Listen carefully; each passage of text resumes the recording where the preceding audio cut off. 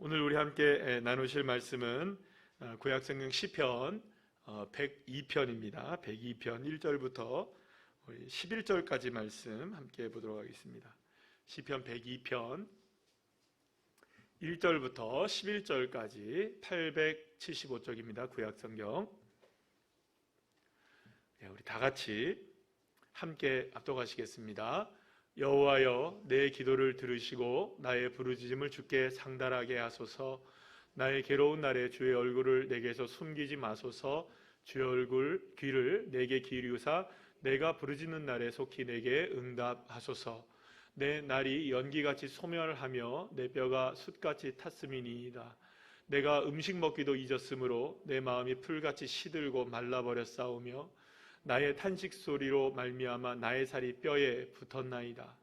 나는 광야의 올빼미 같고 황폐한 곳에 부엉이 같이 되었사오며 내가 밤을 새우니 지붕 위에 외로운 참새 같으니이다.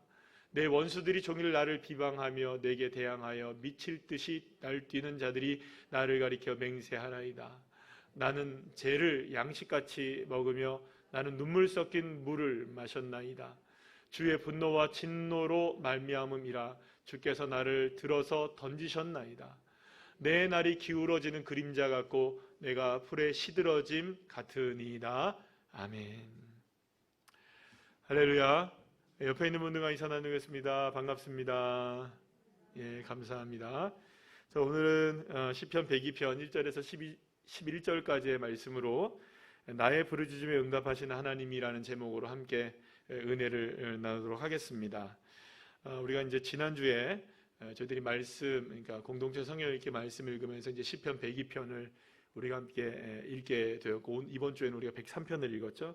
이 102편은 아마도 이제 이 시는 굉장히 고난의 많은 이야기들이 나와 있죠. 지금 우리가 11절까지만 읽었는데요. 원래는 이제 28절까지 이제 전체를 다 읽으려고 하다가 시간 관계상 제가 11절까지만 오늘 읽었습니다만, 내용 자체를 이렇게 보시면은 사실 굉장히 참 암울하고 고통스러운 내용들이 굉장히 많습니다. 그래서 심지어는 시인은 뭐라고까지 고백을 하냐면, 주님이 나를 어떻게 했다고요?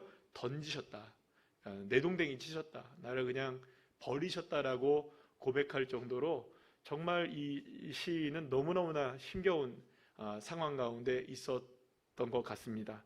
그래서 원래 이게 시편 102편이 누가 쓴 시인지를 잘 몰라요. 그래서 사실은 이게 다윗이 쓴 시라고 이야기도 하기도 하고요. 그래서 다윗이 이 아들 압살롬의 반란을 피해서 도망칠 때 굉장히 다윗의 마음이 무너지고 있었잖아요. 삶도 무너지고 모든 것들이 다 무너지고 있었을 때 그때 아마 쓴 시가 아닌가라고 생각하는 그런 분들도 계시고요.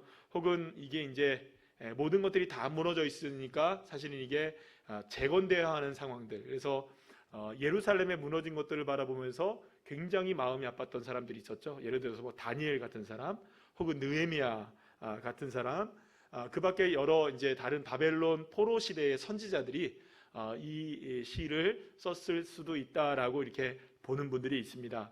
그러니까 한마디로 말하면 누가 썼는지 잘 알겠다, 모르겠다. 잘 알지 못하겠다. 이게 그냥 이제 중요한 건 뭐냐면, 우리가 이제 여러분들 혹시 성경을 보시면 표제어라고 나와 있죠. 제목이 나와 있죠. 제목이 뭐라고 나와 있습니까, 여러분? 고난당한 자가 마음이 상하여 그의 근심을 여호와 앞에 토로하는 기도라고 여러분들 그 가로에 돼 있죠. 그러니까 이 제목이 그래요. 제목이 딱 보면은 정말 마음이 무거웠던 것은 분명해 보여요. 또 마음도 상했어요. 근심이 가득한 상황에서 진짜 이 시를 쓴 거예요. 내용도 처음부터 읽어보면 너무너무나 힘겨운 상황이에요. 그리고 또 대적자들도 너무너무 이제 하나님 도대체 너희 어디 있느냐 이렇게 하면서 하나님을 비방하고 하나님이 너 버린 거다. 그러니까 그렇게 들을 때는 여러분, 나도 진짜 버림받은 것처럼 느껴질 때가 있는 것이죠. 자, 그런데 여러분, 우리가 이 시의 이 암울한 상황들을 우리가 보면서 한 가지 우리가 생각해 봐야 되는 건 이것입니다. 이게 시죠, 시. 여러분들, 시편은 시죠? 시 아시죠? 그러니까 물론 여러분들, 우리가 뭐 아름다운 시들도 많이 있어요. 뭐 정말 기쁘고 즐거울 때 시도 정말 우리의 마음을 따뜻하게 만들기도 하고, 시편에서도 그런 시편들이 많죠. 그리고 또 우리를 위로하고 소망이 되어지는 그런 시가 많지만, 사람이라는 게 공감이라는 게 있잖아요. 공감. 그래서 공감되어지는 게 있는데, 사실 이런 아주 고통스러운 이런 아주 환난 시라고 보통 얘기하는 이런 시들을 우리가 읽었을 때 굉장히 부담스럽기도 하지만, 이런 모습을 보는 게 부담스럽기도 하지만 그런 생각이 들 때가 있습니다. 야, 시인도 나랑 별반 다를 바가 없는 인생을 살았구나. 누가 쓴지는 모르지만 그게 뭐 다윗이든 다니엘이든 뭐 혹은 느헤미야든 선지자 중에 한 명이든 누군지는 모르겠지만 이분은 참 믿음이 좋은 분이었겠어요? 믿음이 나쁜 분이었겠어요? 우리가 생각할 때 적어도 믿음이 나쁜 사람은 아니었을 거 아니에요. 믿음이 아마도 그냥 우리가 뭐 객관적으로 그냥 비교할 수는 없겠지만 나보다 믿음이 좋았을 것 같아요. 이분들은. 그렇겠죠, 여러분? 저보다 훨씬 뭐 비교할 수 없을 정도로 아마도 믿음이 참 좋았을 것 같아요. 그런데 이분들이 그런 고통의 시간을 겪으면서 그 가장 인생의 암울한 시간에 그 시간을 무엇으로 써내려갔느냐? 시로 써내려갔다는 거예요. 한 편의 시로 써내려갔다는 거예요. 그러니까 아이고 죽겠네면서 가슴 치면서 있는, 그렇게 그냥 망연자실하고 손 툭 내리고 있는 것이 아니라 그토록 힘겨운 순간에 그것을 시로 쓸 수 있었던. 그리고 그것이 사실은 시는 그냥 원래 여러분 이 시편은 우리가 보고 있는 이 성경의 시편은 그냥 단순하게 시가 아닙니다. 다 찬송입니다. 네, 따라합시다. 찬송. 시편은 다 찬송이에요. 그러니까 사실은 지금 이 시인은 그토록 어려운 순간 속에서 시를 쓰며 무엇을 하고 있는 겁니까? 탄식을 하면서도, 환난 중에 고난 중에 있으면서도 무엇을 하고 있는 겁니까? 찬송을 드리고 있었던 거죠. 그러니까 정말 우리가 놀라운 것이 바로 그거라는 것이에요. 어떻게 이렇게 어렵고 힘겨운 시간에 주님을 이렇게 아름답게 찬송을 할 수 있었을까? 어떻게 자신의 삶에 찬양을 정말 뿜어낼 수 있었을까? 그런데 여러분, 예수님은 이렇게 말씀하십니다. 요한복음 16장 22절 말씀인데요. 우리 다 같이 한번 읽어볼까요? 시작. 요한복음 16장 22절 없나요? 없어요? 자, 그러면 요한복음 16장 22절 한번 찾아봅시다.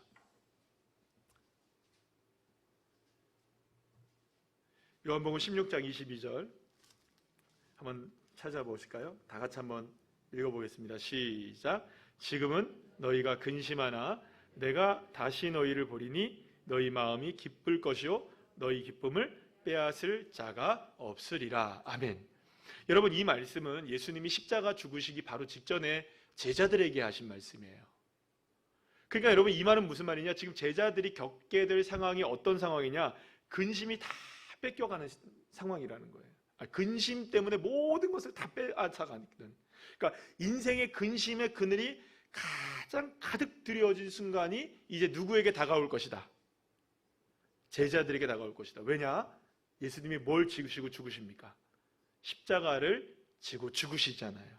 그러니까 그 예수님의 그 십자가의 고난을 바라보면서 제자들은 다 뿔뿔이 흩어지고 예수님을 버리고 예수님을 도망치고 배반하고 막 이런 일들이 벌어지잖아요. 그리고 결국에 누구의 죽음을 볼 수밖에 없습니까? 예수님의 죽음을 보게 되는 거예요. 그러니까 그 액면가만 보게 되면 예수님의 제자들은 어떤 마음이 들 수밖에 없다는 걸까요? 너희가 근심할 수밖에 없다. 근심할 수밖에 없다. 그러니까 절망하고 근심에 빠질 수밖에 없다. 이렇게 예수님이 얘기하고 계시는 거예요. 뭐 그렇죠. 예수님의 제자들이 얼마나 상실감이 컸겠어요. 예수님이 죽으셨기 때문에. 그러니까 여러분, 예수님이 죽은 이후에 제자들은 집에서 나오지 않고 꼭꼭 문 닫고 방에 들어가 있잖아요. 집 안에. 그러니까 얼마나 상실감이 컸겠어요. 부활했다는 것도 믿지도 못하잖아요. 그만큼 힘들었던 거예요. 그런데 예수님이 뭐라고 말씀하시느냐? 너희가 지금은 이렇게 근심을 하고 있으나 세상의 모든 것이 이 근심에 다 뺏겨버려가지고 더 이상 아무것도 안 보이고 캄캄한 어둠뿐인 너희들의 인생이 될 수밖에 없겠지만, 그러나 이제 앞으로 너희 기쁨은 그 근심을 통하여 빼앗겨버린 모든 것들에 비할 수 없는 기쁨으로 회복될 것이다. 할렐루야. 그러니까 가장 어두운 순간이 이제 가장 빛나는 순간이 될 것이다. 가장 근심스러운 순간이야말로 기쁨을 빼앗을 수 없게 하는 순간이 될 것이다. 사랑하는 여러분, 그렇기 때문에 그리스도인들에게는 두 가지 눈이 필요한 겁니다. 하나는 현실을 바라보는 눈이 필요하겠죠. 예. 오늘 현실 바라봐야 합니까? 안 바라봐야 합니까? 바라봐야죠. 그래야 밥도 먹고 살고 또 사람도 만나고 살고 맛있는 것도 커피도 드시고 또 좋은 데 구경도 가고 또 일도 하고 돈도 벌고 또 자녀들의 모습들도 우리가 보고 여러 가지 우리가 세상 돌아가는 일들도 보고 우리의 눈은 그렇게 세상을 향해 보는 눈이 분명히 필요합니다. 그러나 한 가지 더 눈이 필요한 거예요. 따라합시다. 믿음의 눈. 그래, 믿음의 눈이 필요한 거죠. 한쪽으로는 근심할 수밖에 없는 상황이 있다 할지라도 또 다른 한쪽에서는 하나님이 비교할 수 없는 기쁨을 허락하신다. 자, 한쪽은 우리의 눈이 세상을 바라보면서 근심할 수 있다는 거예요. 그러나 주님은 우리에게 말씀하십니다. 그러나 그 근심 가운데만 목매여 있지 말아라. 절대로. 왜냐하면 그 근심 이면에, 근심 너머에 하나님이 주실 놀라운 기쁨이 아로새겨져 있다. 사랑하는 여러분, 그래서 오늘 본문의 시인도 말할 수 없는 걱정과 근심과 고통 가운데 빠져 있었지만 절망을 잃지 않고 오히려 이러한 절망 속에서 무엇을 발견해내느냐? 하나님의 오히려 완전하심과 하나님의 온전하심을 발견하게 되는 줄로 믿으시길 바랍니다. 자, 그렇습니다. 하나님을 믿는 사람도 사실은 감당하기 어려운 시험을 당하는 거예요. 우리 모두가 다 그렇습니다. 여러분, 저라고 해서, 여러분들이라고 해서 누군가가 시험을 안 당할 수 있는 사람이 있겠습니까? 시험을 안 당하는 게 가장 좋습니다. 그죠? 예, 시험 안 당하는 게 좋고 어려운 일 안 당하는 게 참 좋겠지만 그렇게 되시기를 간절히 축복합니다. 그런데 피할 수 없는 일이 있다는 거죠. 그래서 때로는 지쳐서 넘어지기도 하고 문제 가운데 우리가 근심에 휩싸이기도 합니다. 그러나 여러분, 우리가 분명히 알아야 돼요. 중요한 거 있죠. 우리가 넘어지기는 하지만 아주 엎드려지진 않는다는 거죠. 왜냐? 주님의 손이 우리를 붙들고 계시기 때문에. 그래서 여러분, 오늘 본문의 1절의 말씀을 한번 보시면 이렇게 말씀합니다. 우리 다 같이 한번 읽어볼까요? 시작. 여호와여, 내 기도를 들으시고 나의 부르짖음을 주께 상달하게 하소서. 이렇게 돼 있어요. 시인은 말할 수 없는 고통 가운데 있었습니다. 그런 그가 발견한 유일한 고통의 탈출구는 여러분들 따라합시다. 부르짖는 것, 기도하는 것이었다는 거예요. 그래서 여러분, 시편 50편 15절 말씀에서 오늘 그 자막이 이게 뭐가 문제가 있나 봐요. 그런가 봐요. 그죠? 예, 자, 뭐 제대로 안 뜨네요. 시편 50편 15절 말씀 우리 다 같이 한번 읽어볼까요? 시작. 환난 날에 나를 부르라. 내가 너를 건지리니 내가 나를 영화롭게 하리라. 아멘. 사랑하는 여러분, 우리가 잊지 말아야 될 것은 뭐냐 하면 환난 날이 우리에게 삶에 아주 없을 수는 없습니다. 그러나 분명한 것은 환난 날, 곤고한 날, 어려운 날, 넘어진 날, 쓰러진 날 있다 할지라도 그 날이 오히려 우리에게 놀라운 저와 여러분에게 특권이 이루어지는 날이 될 수 있다는 거예요. 왜냐? 그것은 우리에게 그러한 상황이라 할지라도 하나님 앞에 부르짖어 기도할 수 있는, 그리고 그래서 우리가 기도할 때는 하나님이 그래서 건져주신다고 말씀하시는 거예요. 하나님이 우리가 비춰낸 자리에 있다 할지라도 우리를 영화롭게 해주신다고 말씀하시는 거죠. 그걸 어떻게 말씀으로 확실하게 보증해주고 계시는 겁니다. 그래서 우리가 늘 말씀드리잖아요. 우리가 말씀 기도가 그만큼 중요하다고.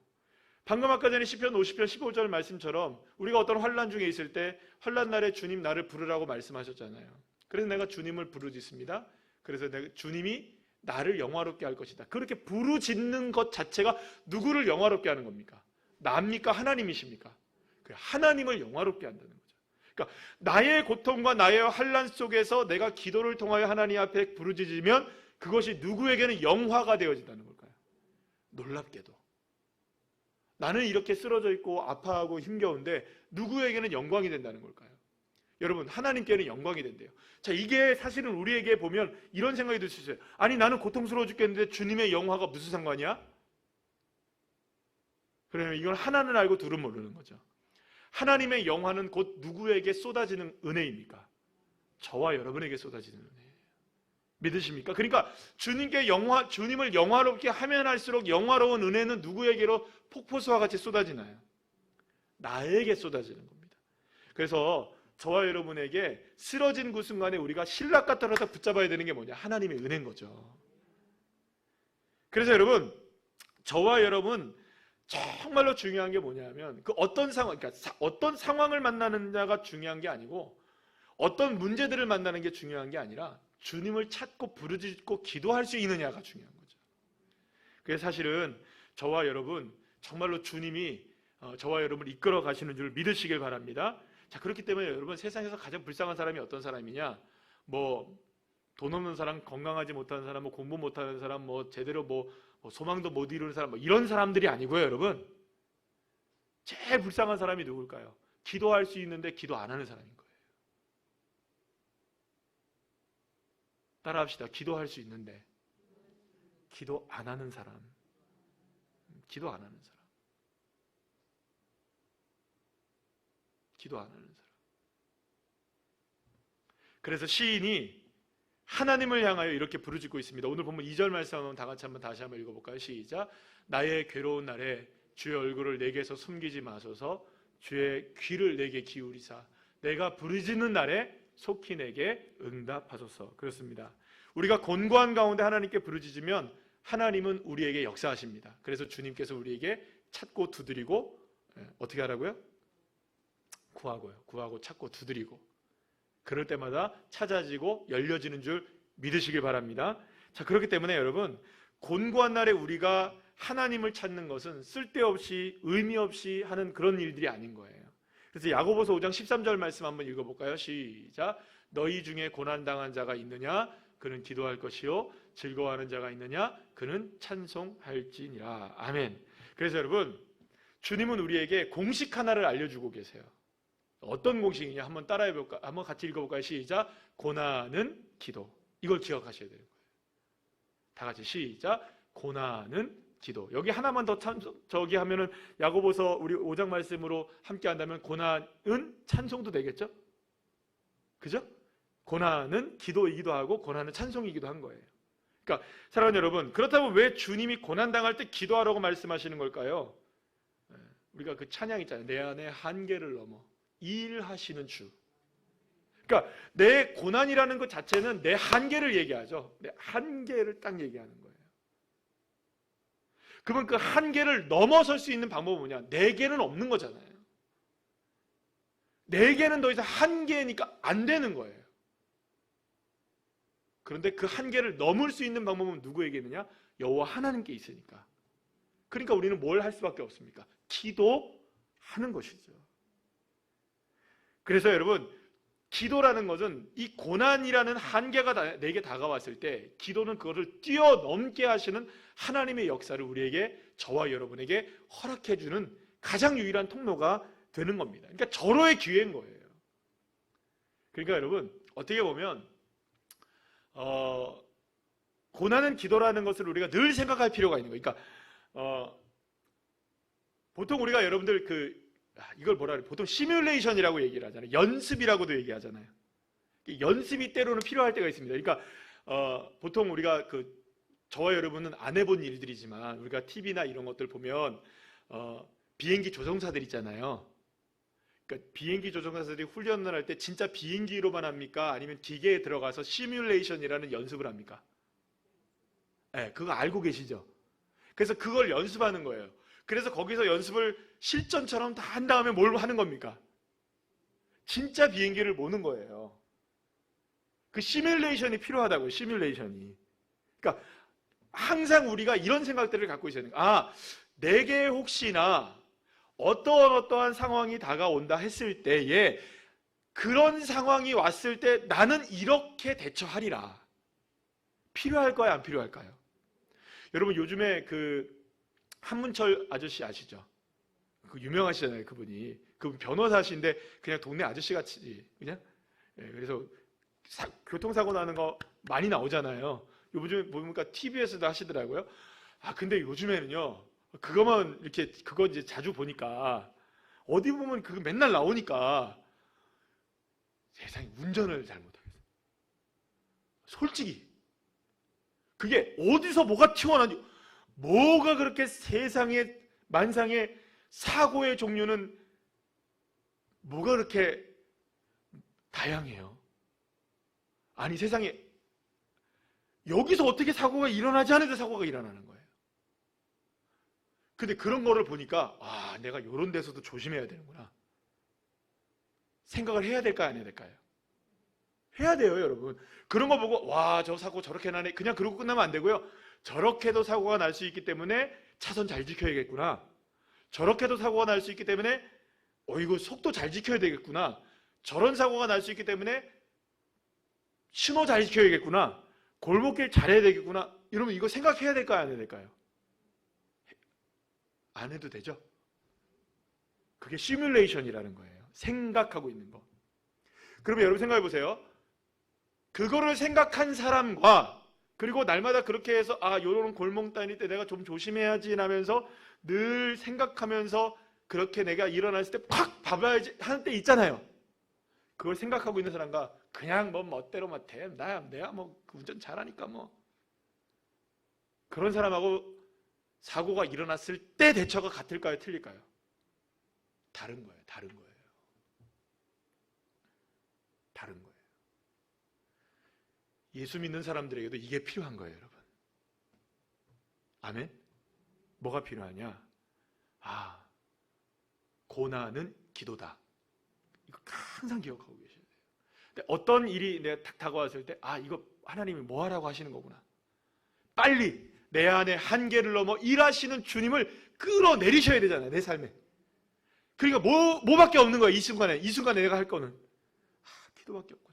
내가 이런 상황에서 내가 기도해야 되겠구나. 저런 상황에 닥칠 때 내가 기도해야 되겠구나. 이런 상황이 있을 때 빨리 교회를 나가 가야겠구나. 엎드려야 되겠구나. 주님을 찾아야겠구나. 기도를 부탁해야겠구나. 목사님한테 연락해야 되겠구나. 중보기도 부장님께 연락해야 되겠구나. 우리 순장님께 연락해야 되겠구나. 그런데 여러분, 우리 여기 대부분들 보시니까 순장님들도 많으신데, 순장님들 얘기를 좀 드리면 이런 거예요. 속 터질 때가 뭐냐면, 순장님들이 속이 터질 때가 뭐냐면, 분명히 기도의 제목이 있는데 물어봐야 기도의 제목을 찔끔 알려주는 분들. 그러면 여러분 순장님들 어떠세요? 그냥 속 시원하게 얘기해줘도 되는데, 그죠? 같이 기도하면 되는데.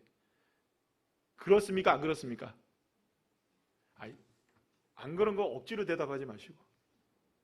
그렇습니까? 그렇습니까? 그쵸? 예.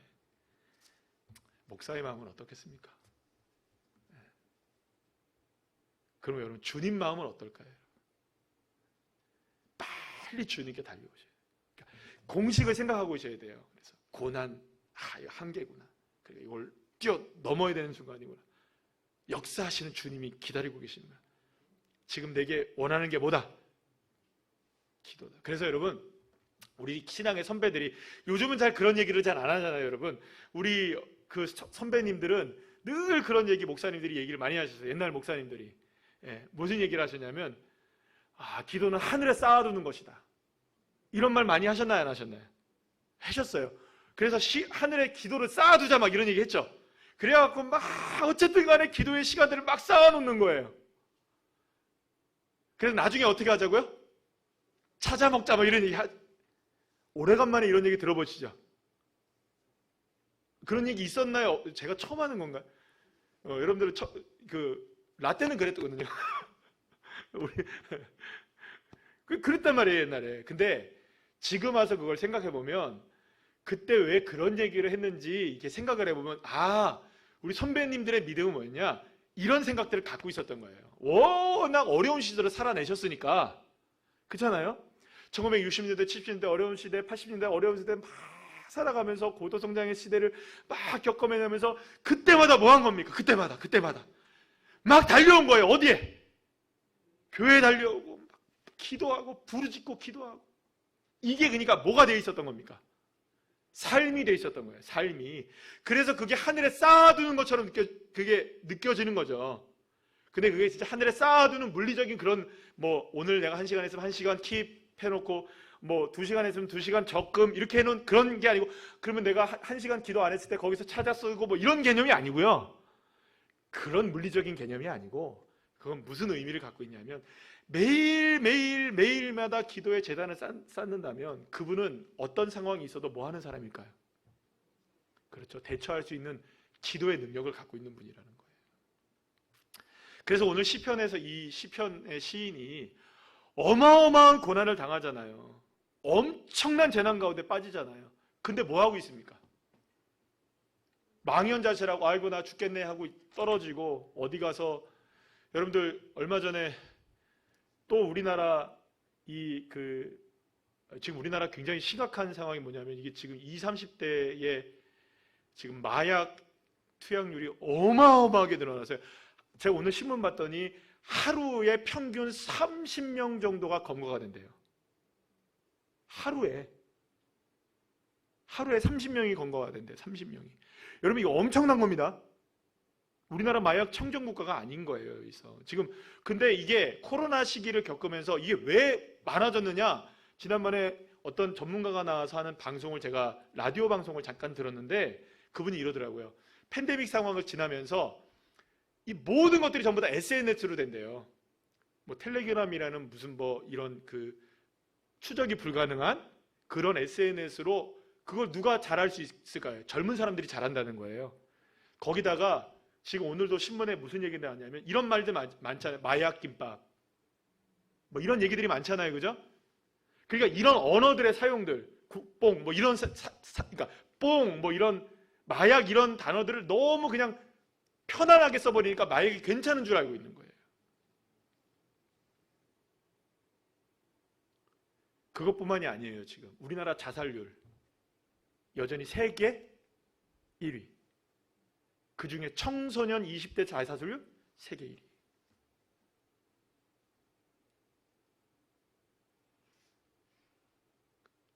더 심각한 것 중에 하나는 뭐냐면, 우리나라는 사망률이 출산율을 앞질렀습니다. 사망 숫자가. 더 이상 아이를 낳지 않고.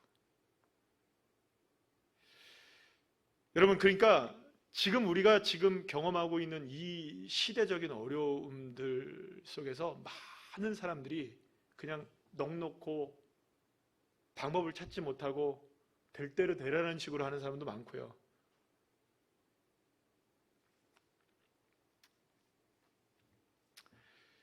그래서 여러분, 저와 여러분만큼은 어떤 상황이라 할지라도, 이 어려운 시대 속에서 어떤 상황이라 할지라도 주님 역사함을 믿으시기를 축복합니다.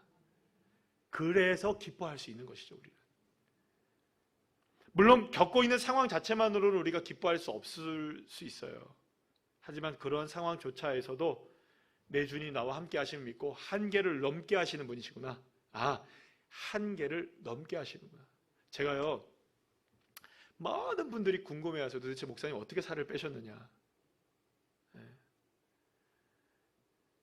한계가 올 때가 있어요. 한계가 올 때가 있어요. 그러니까 이게 운동을 제가 매일 이렇게 어느 정도의 시간을 하는데 진짜 오늘 하기 싫은 거예요. 그러니까 정말 언제 하기 싫었느냐? 엊그제 진짜 하기 싫었어요, 제가. 수요 예배 끝나고 나서. 오늘은 딱 하기 싫은 거예요, 정말.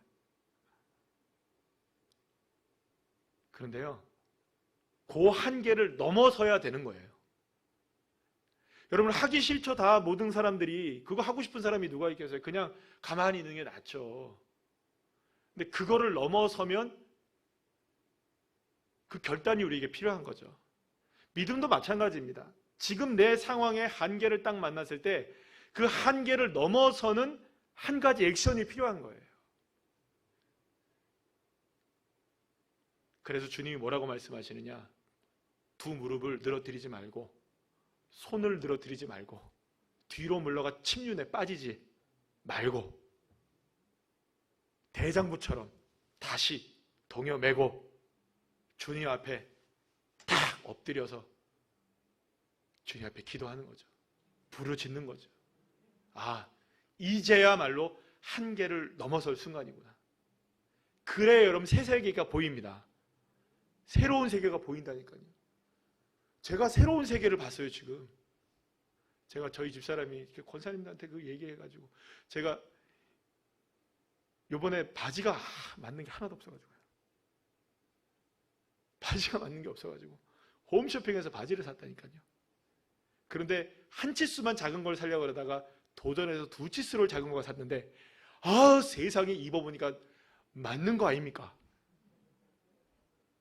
그래서 두 치수를 작은 거 했는데 허리가 남스몬이다.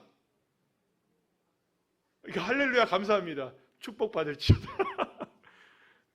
4인치가 주는 거예요. 비결은 딱 한 개.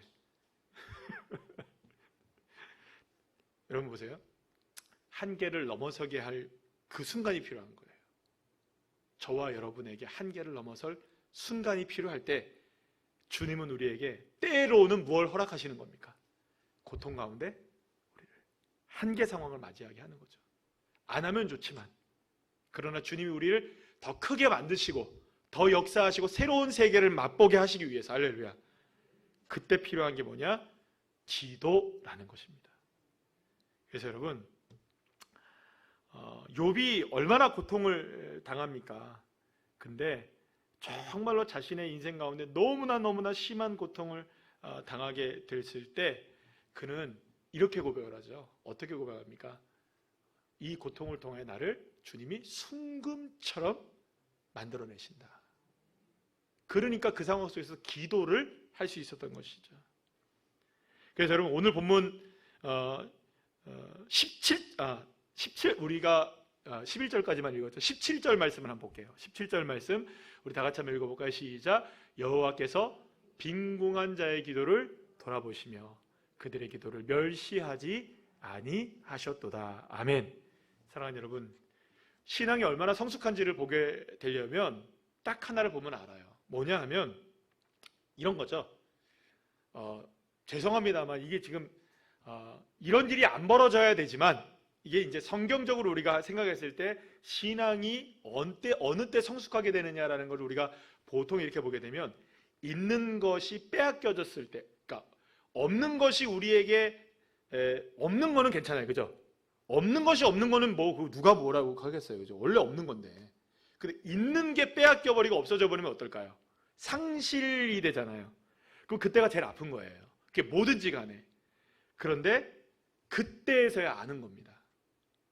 그것의 주권이 누구에게 있는지, 그것을 누가 다스리고 계시는지, 그것을 누가 주관하고 계시는지.